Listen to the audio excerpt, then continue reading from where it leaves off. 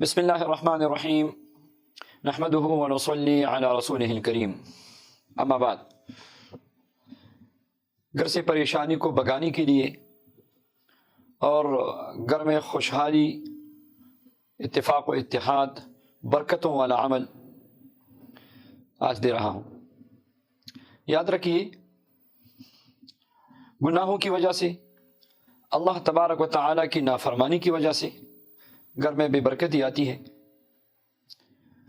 جب گھر کا ایک فرد بھی اگر نماز نہیں پڑھتا یا سستی کرتا ہے نماز میں، تو پورے گھر پہ نحوست چھا جاتی ہے۔ اس لیے سب سے بہترین عمل تو یہی ہے کہ گھر میں سب جتنی بھی بالغ ہیں نماز کی پابندی کریں اور اپنے وقت پہ نماز پڑھے۔ اور یہ زبردست عمل ہے حسبنا اللہ و نعم الوکیل کا۔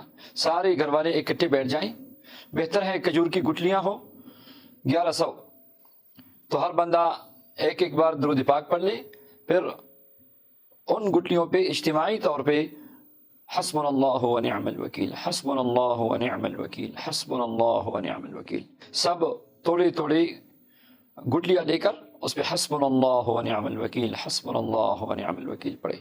آپ کے 5، 10، 15 منٹ لگ جائیں گے۔ ایک تو گھر میں روزانہ اللہ کے ذکر کا حلقہ لگے گا، دوسرا یہ ہے کہ سارے اکٹھے بیٹھیں گے اللہ کے ذکر کے لیے تو دلوں میں محبت اور جوڑ پیدا ہوگی۔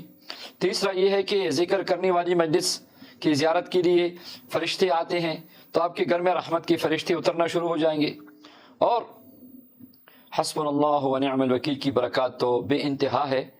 انشاءاللہ آپ کی تمام پریشانیاں دور ہو جائے گی۔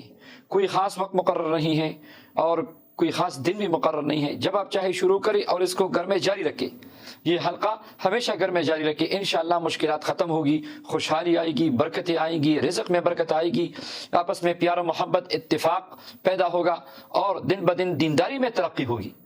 اللہ تبارک و تعالی ہم سب کے گھروں میں برکتیں، رحمتی، خوشیاں، اتفاق و محبتوں کو پیدا فرمائے، آمین یا رب العالمین۔